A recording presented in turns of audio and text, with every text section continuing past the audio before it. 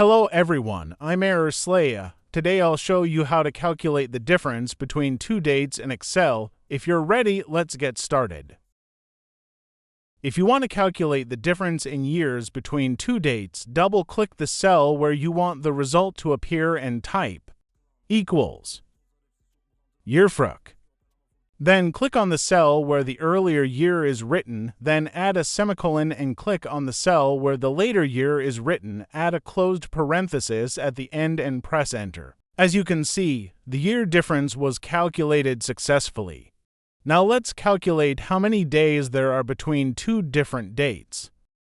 Double-click on the cell where you want the result to appear. Type equals days.